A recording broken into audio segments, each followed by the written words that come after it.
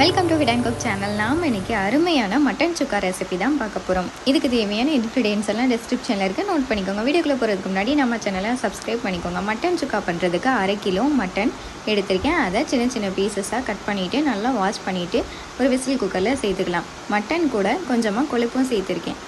இது கூடவே 1 table spoon இஞ்சி பூண்டு பேஸ்ட், 1/2 கிளாஸ் தண்ணி, தேவையான அளவு உப்பு, 1 ஸ்பூன் சில்லி பவுடர், 1/2 ஸ்பூன் மஞ்சள் பவுடர் சேர்த்துட்டு எல்லாத்தையும் நல்லா மிக்ஸ் பண்ணிவிட்டு மூடி போட்டு விசில் போட்டுடலாம். 6லேருந்து 7 விசில் வரைக்கும் விட்டுக்கோங்க.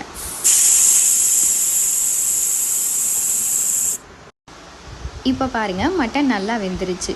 அடுத்து மசாலா ரெடி பண்ணிக்கலாம். ஒரு மண் சட்டியில் 2 காஞ்ச மிளகாய், 4 ஏலக்காய், 3 சின்ன துண்டு பட்டை, 5 கிராம்பு, 1 ஸ்பூன் மிளகு, 1 ஸ்பூன் ஜீரகம், 1 ஸ்பூன் பெருஞ்சீரகம் சேர்த்துட்டு லைட்டாக வறுத்து எடுத்துக்கலாம். இந்த மட்டன் சுக்காவோட டேஸ்ட்டுக்கு முக்கியமான காரணமே இந்த மசாலா தான்.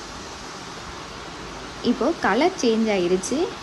இதை எடுத்து ஆற வச்சுக்கலாம். ஆறினதுக்கப்புறமா மிக்சியில் பவுட்ரு கன்சிஸ்டன்சிக்கு அரைச்சி எடுத்து வச்சுக்கோங்க.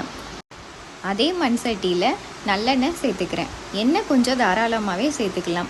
எண்ணெய் ஹீட் ஆனதுக்கப்புறமா 1 பவுல் அளவுக்கு சின்ன வெங்காயம் சேர்த்துக்கோங்க. சின்ன வெங்காயம் ரொம்ப சின்னதாக கட் பண்ணிடாமல் கொஞ்சம் பெருசாக கட் பண்ணிவிட்டு சேர்த்துக்கலாம். பெரிய வெங்காயத்தை விட சின்ன வெங்காயம் சேர்த்தா தான் டேஸ்ட்டு நல்லாயிருக்கும். இது கூடவே கருவேப்பிலை சேர்த்துக்கிறேன். கருவேப்பிலை எல்லா டிஷ்ஷுக்கும் நல்ல ஃப்ளேவரும் டேஸ்ட்டும் கொடுக்கும். அடுத்து வெங்காயம் நல்லா வெந்ததுக்கப்புறமா வேக வச்சுருந்த மட்டனையும் இது கூட சேர்த்துக்கலாம்.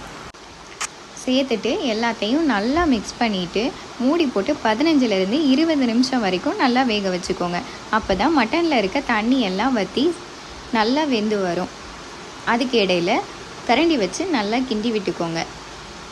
இந்த மாதிரி நல்லா வெந்ததுக்கப்புறமா இது கூடவே ஆல்ரெடி அரைச்சி வச்சுருந்த மசாலாவில் 1 ஸ்பூன் மட்டும் சேர்த்துட்டு நல்லா மிக்ஸ் பண்ணி எடுத்துட்டா சூப்பரான மட்டன் சுக்கா ரெடி ஆகிரும். இது கூடவே கொஞ்சமாக புதினா, மல்லி 2 கட் பண்ணி சேர்த்துக்கிறேன். இவ்வளோ சிம்பிள் இன்க்ரீடியன்ஸில் சூப்பரான மட்டன் சுக்கா ரெடி பண்ணிடலாம். ஸோ நீங்களும் மிஸ் பண்ணிடாமல் நெக்ஸ்ட் டைம் மட்டன் எடுக்கும்போது கண்டிப்பாக இந்த மட்டன் சுக்கா ரெசிபியை ட்ரை பண்ணி பாருங்கள்.